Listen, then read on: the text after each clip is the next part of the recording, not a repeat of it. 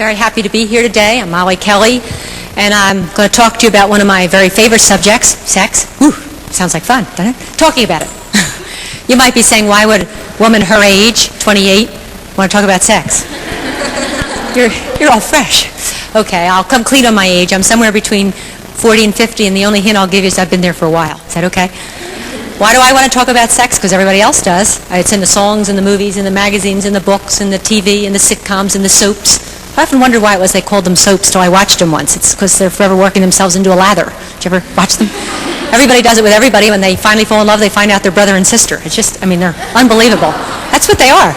We have the new sex bird of the century, Dr. Ruth. Any of you read Dr. Ruth? No? Whoa. Dr. Ruth is in many of the books. When I flew in here today, on the airplane, I was reading, the catalogs where they have games and things. The Dr. Ruth's Game of Sex. Actually, if you play it right, you can end up on Arousal Mountain. Do you love it?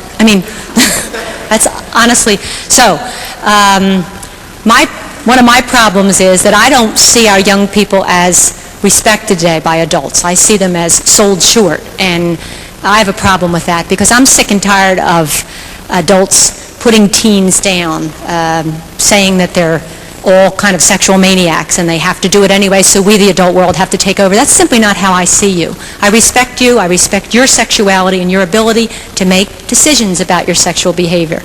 But I'm one of the, I don't want to say few adults, but there's not enough adults that see it that way. We have an awful lot of adults that say about our young people they're out of control, teens today, and then they quote statistics to back that. What do you think adults say when they say, if an adult says teens today, they're mixed up, they're out of control, what statistics would they quote? What would they say to prove their point?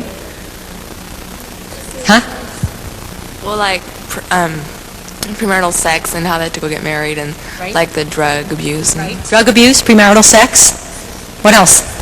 Suicide. Suicide is at its highest level ever, right? Contraception, abortion, venereal disease at epidemic proportions. They will quote those statistics and then they'll say, they're really out of control. Now listen to the sentence that I hear them adults saying. Kids today, they're really out of control. They're really mixed up. We better do something about it. What's wrong with that sentence? We the adults. What's wrong with that? I don't know. You don't know what's wrong with it? What's wrong with it? I think that they're saying, that they're adults and that we aren't, and that they can handle it and we can't. Exactly. Where should the answer lie? Should it lie with us or should it lie with you people? In other words, if any of those statistics are going to change, are they going to be changed by adults? No, they're going to be changed by young people. And that's where I want it to be. That's what I respect. Very often today, and especially with the mentality of a Dr. Ruth, who I'm not downing, she travels around the country giving out her sexual advice, putting in her 2 cents worth. I personally think she should get change. Get it? 2 cents? Anyway, I understand she now has a plane, flies around the country. I'm not jealous. I don't really think she needs a plane. I've heard some of her answers, and I think she can fly without one. But she reduces sex to something physical, recreational, something you do if you want to do it. Now, I'm not saying she says you have to do it. I'm saying she says you want to do it, do it. If you don't want to do it, don't do it. She has an underlying theme, though. Her underlying theme for all teens is that they better be protected. Exactly. They better be protected. No matter what you do, she says, use contraception. You play football, use contraception. No, she's anything. She, along with some organizations that I know, reduce sex down to merely physical level, biological level. And they see it as something without consequences. And that's tragedy, because there can't be sex without consequences. Anybody think there can be sex without consequences? And I'm not talking about pregnancy. What other consequences are there to sex besides pregnancy? There's like psychological consequences, like feeling committed to someone, or like just feeling used, or sex is a big thing. It's a serious thing, right? So there's got to be consequences to it. If you say there's no consequences, that reduces it down to the animal level. Dogs, cats, bears, elephants. They're sexual creatures. There's little dogs, cats, bears, and elephants running around, and we all know how they got there. The problem is that there's no consequences among animals. In other words, they don't worry about it. There's no study on illegitimate elephants out of wedlock. There's just simply not a concern of theirs. You're not an animal and I'm not an animal. You're a precious human being with a mind and a soul and the willpower to determine your own actions, your own sexual behavior. I'm here because I'm impressed with our young people. I'm impressed with you. I'm impressed with teenagers today, and I want you to be able to make decisions. And I don't want the adult world to take over the situation and say, they're doing this, they're going to get pregnant, we've got to get contraception out, we've got to open sex clinics in schools. Any of you heard of the school-based clinics opening up across the country? What's the purpose of them, do you think? To weigh you and to see how tall you're getting? What do you think? Anybody? Educate? Okay, educate on what? To provide birth control. Provide birth control? But I think it's kind of to condone sexual behavior, but I personally, there's nothing, is there anything really wrong with contraception? Is it wrong in itself? Okay, is there anything wrong with well, what do you think? Well, there isn't really, is there? I mean, Well, what's the purpose of contraception? it's to prevent birth. Okay, but in other words, you can have sex, do anything you want, just don't make a baby. Isn't that the purpose of it? Yeah, it is. Yeah. Now, so do you think that you can have sex whenever you want? This is just an opinion. I mean, can you have sex whenever you want? There's nothing to it. Just don't make a baby. Is that really what we're concerned about? You mean us as a nation or us as... You, as teenagers, what are you concerned about? Well, I personally don't feel, I don't personally wouldn't do it, and I personally don't feel it's right. But I'm just saying contraception, I mean, where it's used, like in marriage, is it definitely wrong? Okay, is it definitely wrong? Again, I'm putting wait a second, we gotta, go ahead. I think that using contraceptives, I think they kind of make you tend a little bit towards irresponsibility with sex. Right, because the purpose of them, if someone's using contraception, they probably intend... To have sex freely, and I think it kind of causes you to have sex casually. Okay. I agree with you. To get into contraception, my main point, I'm not here to talk to you to tell you that all contraception should be taken off the shelves. That simply is this. I'm here to say I don't think it's the answer. I think it's a put down. That's what I think it is. I think, again, it's the adult world saying that's your answer because you can't control yourselves. Obviously, the only reason you would take contraception is because, is there another way to not get pregnant besides contraception? How else could someone not get pregnant? Huh? Not to have sex. Not to have sex. And are there harmful side effects to not having sex? Well, I don't think so, but I mean, the guys, sometimes they have their times when they feel like they really need to have sex. Okay, that's a good point. That's a good point. Do we give in to those? Can guys get pregnant? No. Do guys have abortions? No. No, and are guys the ones that are supposed, the ones that are really pushed to be on the birth control, or is it the girls? No. It's basically all the girl's responsibility to take care of herself. Right. The guy's not going to take care of her. Right. But the point is that I agree with you, that there are times when this couple wants to have sex, but that you don't have to have sex. In other words, could a couple really love each other and have a close relationship without having sex? I believe you can, definitely. Society has worn out the word love and sex itself by TV and by what we read and by what we hear from our... There you have it. You just did the whole thing. You have it. It is not you that is different. It is not the young people today. And in fact, and I can make the comparison because I lived in my generation as a teenager and I've lived in your generation, have 5 teenagers of my own, deal with teenagers, and can say to you that your generation is a neat generation. Now, how you perceive yourself is your problem. I have you up here. A lot of the adult world has you here. Wherever you have yourself is your problem, but you belong up here, believe me. And up here means that you have control of the situation. If you want the adult world, I was in a school last year, no lie, where they were discussing before the school board whether or not to put birth control dispensing machines in the cafeterias. Okay? Would you love it? What'd you have for lunch? Oh, a little soda, a little cracker, a little condom. I mean, it was like... That is a put down to my way of thinking. See, what I'm saying is it's a put down. We're saying you can't control yourself, so we'll get out these mechanical, chemical, or hormonal devices to put in and on their bodies so they don't get pregnant. You don't hear chastity because adults think it doesn't work, all right? And if you don't hear it, then how are you supposed to talk about it or do it? And, practice chastity. It's a shame that we, the adult world, have caved in on it, and that's how I feel. Now, how do you feel? Do you hear the word a lot, chastity? No? Do you know what it means? Here's a good one. What does chastity mean? No, chastity. It means abstaining from sex. Okay. Are married people called to chastity, practice chastity? No? Who said no? Why not? Because, like, sex was made for inside of marriage. Okay, but see, chastity, married people are called to practice chastity. So, go ahead, what? I mean, inside marriage, you know, that's all right, but when you're talking about chastity, you mean unwed sex. What I'm saying is, what do I mean about chastity? The problem is that you don't know the meaning of the word, not your fault. I said you don't hear it. It's simply not said a whole lot, okay? Chastity means understanding your sexuality and how God intended you to use it. You know what it means? It means refraining from sex before marriage. It means having sex in marriage with your partner. That's chastity. It means not having sex with someone else's partner. It means not having sex with someone of the same sex.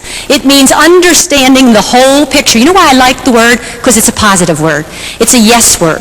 I'm not real fond of the word abstinence. I don't mean it's not a good idea, but it's a negative word. It means don't. Can you abstain from more things than sex? You can abstain from fudge, can't you? In other words, abstinence doesn't just deal with your sexuality.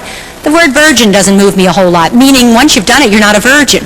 Chastity is something that envelops your whole self. You understand your sexuality. The problem with birth control, number one, you're down. Number two, it doesn't, hasn't done the job. The federal government, since 1970, has spent millions of dollars on birth control for teenagers. Okay? What's happened to teenage pregnancy since 1970? Going up. A little? A lot? A lot. A lot. Right now, it's at epidemic proportions, 1.2 million pregnant teenagers in the country today. There's do you remember when Time magazine, that was last December, children having children, a whole article on teen pregnancy. Listen to this. This came out of the Washington Post. The high cost of teenage pregnancy. Last year, it cost the taxpayers $16.6 billion to pay for teenage pregnancy. What's wrong with that? What does it sound like we're worried about, the adults? Sounds like we're worried about what it costs us. I don't care what it costs us. I care about what it costs you, physically, emotionally, mentally, and all those other things. That's why I come with you with a solution, come to you, chastity that has no harmful side effects, okay? It's 100% effective if it's being practiced. You cannot get venereal disease. You do not have to worry about abortion. All of the bad statistics have to go down. It hasn't worked anyway, as I said, birth control. Let me say one more thing to you. You know, I said how impressed I am with you, and believe me, I mean it. I am most impressed with your generation. But you know what? When I was a teenager, way back when, we didn't have pregnant teenagers. Oh, I'm sure there was some. Let me put it this way. I never, ever knew a pregnant teenager, okay? Never met a pregnant teenager. We did not have a teenage pregnancy epidemic, okay? Now, you probably think we didn't know how to do it, right? We were robots, you know? No, we did. Sex is not new with your generation. It dates all the way back to the caveman era, you know. Male caveman looked at the female caveman, went, oh, she went, oh, and he hit her over the head with a club. You know how it's like that? Anyway, we did not have pregnant teenagers. You know what else we didn't have? Contraception, all right? Pill wasn't even invented. I had 5 brothers. When my mother told them to put their rubbers on, she meant their feet. Okay? We did not have pregnant teenagers. We did not have contraception. What did we do? We didn't.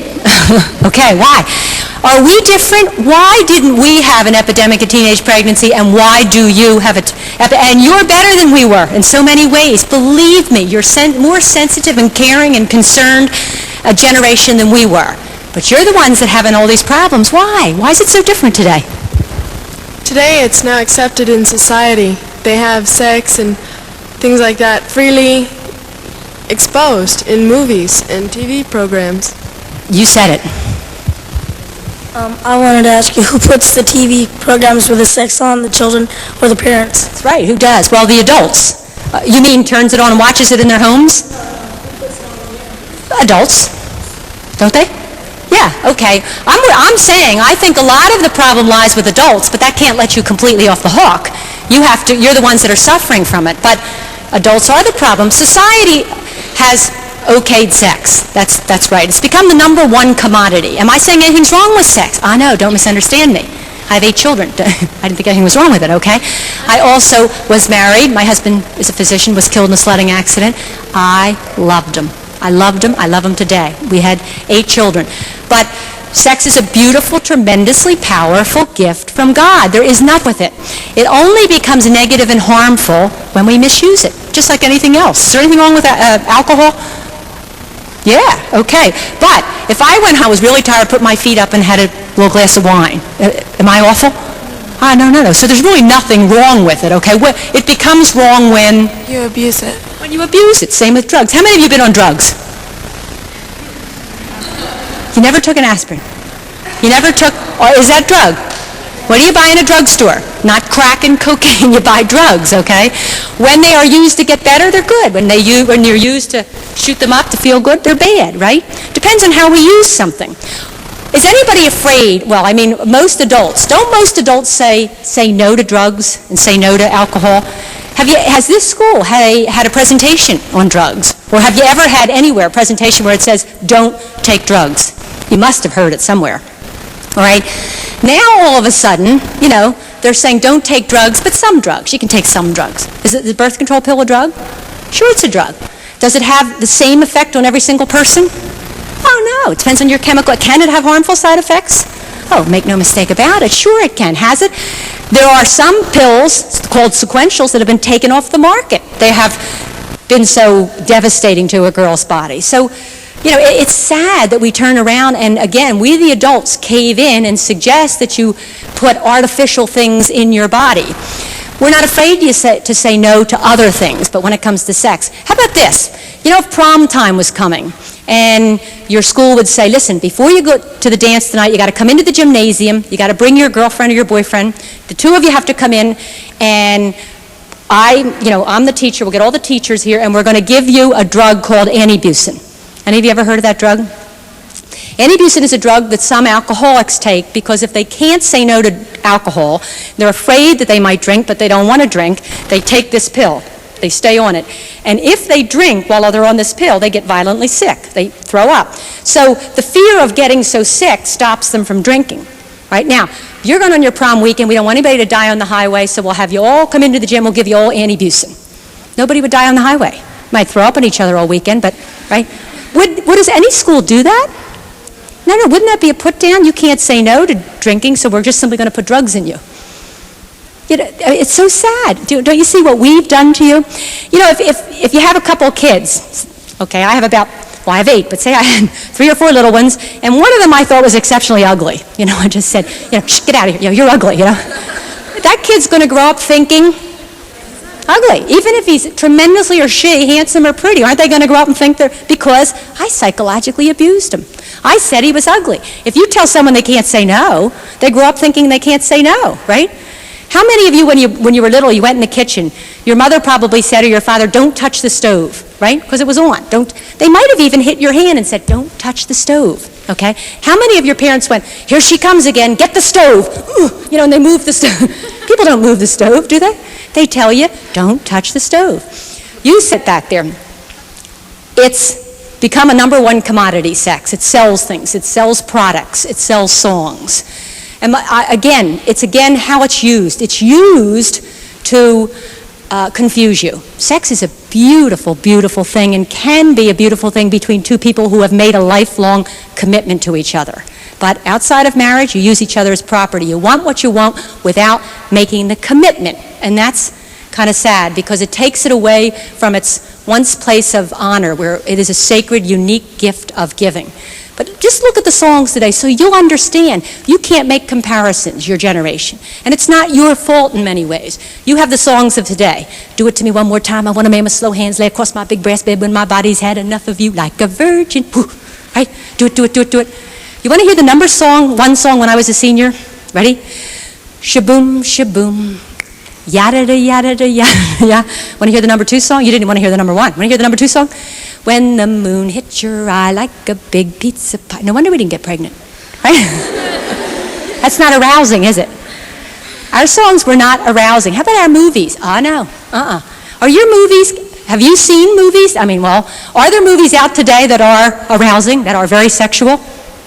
Many, do you think? Yeah, sure. Yep. Do you think that that's one of the biggest ingredients of movies? Probably. probably. You have the teenage movies. Every summer there's a batch that comes out where it's just silly sex. Everybody's doing it, swinging from the rafters, and it's kind of, you come out of a movie like that hysterical. Sex isn't funny. Or then you have the heavy ones. Officer and a Gentleman is one of the ones that I went to see. And that's a love story. Any of you see that movie? Am I saying don't see them? I'm saying, oh, no. At least understand that it has to take its effect on you. You see a couple on the screen, okay? A man and a woman, and they're in love, and they're not married, and they are making love, and you're watching it. Not only can you see them, you can hear them. It's got to take its effect. Then you have a boy and a girl together thinking that they react the same way. What a dumb thing. They don't react the same way, okay? Does that mean that boys are animals? No, it means that God made boys different than girls. That's why we're attracted to each other. You have a boy and a girl watching a film like that, and they like each other, and she's a little hot under the collar. She ought to take a look at him. His socks are going up and down, right? Now, my point again is not to say that boys are animals. My point is to say that they're different. God made them different. A girl physically matures at an earlier age than a boy. A boy sexually matures at an earlier age. Guess when a boy reaches his sexual peak? Some guesses here. Okay. 18. 17, 18. Same ball game. When does a girl reach her sexual peak? 23. 27, okay? So, if he reaches his peak at 17 and she at 27, now obviously I'm not saying that, at a particular night they can both be hot to try or whatever. What I'm saying is that it is different in a boy and a girl because that's the way God made us. And that's important for you to understand that. Lots of times in a society today, the message is boys can do it, they can't get hurt, don't worry about it, it makes them macho, which isn't true. And then you have the girl supposed to take care of herself and worry and get the abortion. She has a very strong love drive, a girl. A boy has a very strong sex drive. It's okay, that's the way God made him, okay? Now, he wants sex, she wants love. She gives him sex to get love, he gives her love to get sex, and they misuse each other. That's very often how it happens, okay? And kids are good. They simply have been done in by the songs, by the radio, by the TV, by the sitcoms, by everything that's going on around you. You're done in by the words. We have a misuse of words. We have sex, having sex. Well, that's the silliest thing I ever heard. Everybody has sex. Have you ever had sex? Ooh. Did you ever fill out a form for a job that says name, address, sex? You don't put yes or no, do you? What do you put? Male. Isn't sex your gender? So having sex is being male or female. So everybody has sex, right? Because if you don't, you're neutral or neuter or whatever the word is, okay? Everybody has sex, having sex. Making love. What a dumb statement, making love. Do you make it in the factory, stamp it, made in Taiwan, and throw it out? No, making love. Or my favorite, sleeping with. You sleeping with your boyfriend? Well, I'm suggesting it's a good idea, but if that's all you did, you wouldn't get in trouble. It's what you do when you're awake. Sexual intercourse is what we're talking about, really. Sexual intercourse. Sex is a tremendously powerful gift. Let me give you a fill-in-the-blank test, all right? Ready? Now, sex is your gender. Sexuality is your personhood. You're male or female from the moment of conception. Everything you do is colored by your sexuality. Fill in the blank. Blank is the primary organ of our sexuality. How many want to touch that one? Blank is the primary organ of our sexuality. Our mind? Very good. Your mind. That's the answer, the human brain. I don't always get that, though. Sometimes I get funny answers. The human brain. That's what makes us different from the animals, okay? We are sexual human beings. We are attracted to each other. Animals have sexuality. They are attracted to each other. But theirs is merely biological. Little boy frogs are forever hopping after little girl frogs. Your Pat or mine. No. Sorry. Oh, come on. Okay, sexuality is our personhood. A sexual relationship is two people saying to each other, I love you, I don't want to ever hurt you, I don't want to be a source of pain for you, I want to spend the rest of my life with you. That's what a sexual relationship should say. Teenagers say, I can say that, I love him or her, I want to spend the rest of my life with him, but I got to go home for dinner. They can't make the commitment. Chastity is the solution, but we don't tend to know the meaning of the words sometimes. You don't hear the word, okay? You don't hear it in the songs. Chastity, yeah. Or, but Donna should really get up and sing. you'll love this, be a virgin, don't touch for the very first time. Then she could have a group behind her going, until you're married. That would be good, wouldn't it? That would be a good message. But you're not going to hear that, all right? You're going to hear, do it, do it, do it, one more time, blah, blah, blah. So you're inundated with sex because it sells products, it sells things. Chastity, refraining from sex before marriage, having sex in marriage, puts you in the driver's seat, really. It is an option only if we, the adult world, begin to communicate it to you and you begin to communicate it to each other. Do you think that young people today can say no? Yeah, I think they could say no at any time they want. Okay, which means that you can be in control of the situation, right? See, that's the way I see you. Do you think you hear it enough? Yeah. Do you? Do you think that kids today hear it enough? No. No, I don't think they hear it enough either. Although that depends on the situation. Certainly a lot of families will be sharing, but awful lot of kids don't hear it enough. Yes?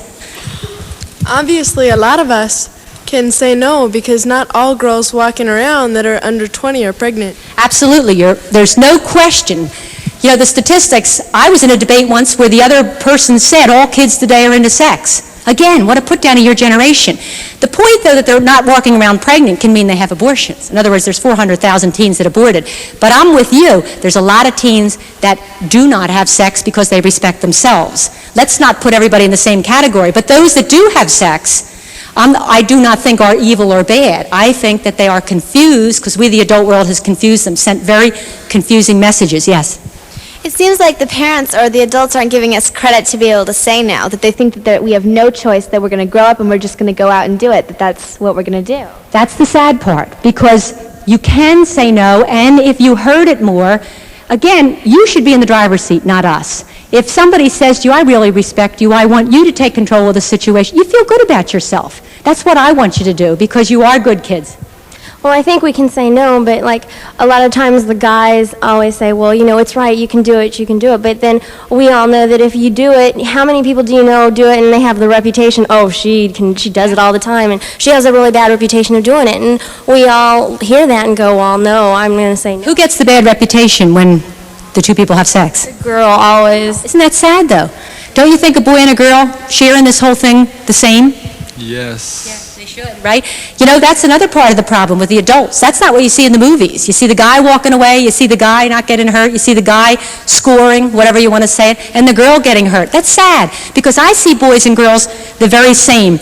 I found a booklet that some people give out to kids called 10 Heavy Facts About Sex. I sent one of my kids in to to an organization that gives out things. Look at the back of it. Morality is good for you. This organization and groups like it who give out contraception actually said that morality is different for guys and girls, okay? Now, they're saying here, for guys, look at number 1, no sex unless you're ready for it. For girls, no sex unless you're ready for it. Number 2, under morality for guys, protect your lover, wear a rubber. Morality. Okay? For girls, no sex with a guy without a reliable method of birth control. If the guy is too cheap to spend 35 cents for a condom, he shouldn't be allowed in. Do you know what that says? That says that you people aren't worth it. You people are worth it. I think if our young people understood their sexuality, they would not take it lightly or give it away so easily. Value your sexuality. Value the gift of sex, because it is a precious gift, and you don't give precious gifts just to anyone. You have to give them to someone very, very special. It belongs in marriage. God intended it to be in marriage so that we would be happy, really. We only are unhappy when we continue to break God's laws. If we actually obeyed His laws, we would be happy. I would say to you, value it. Don't give it away to anyone. Don't give it away early. I guess you could end by saying, give it to a spouse, not a louse. That's a good line. Thank you very much. Have a good day. Goodbye.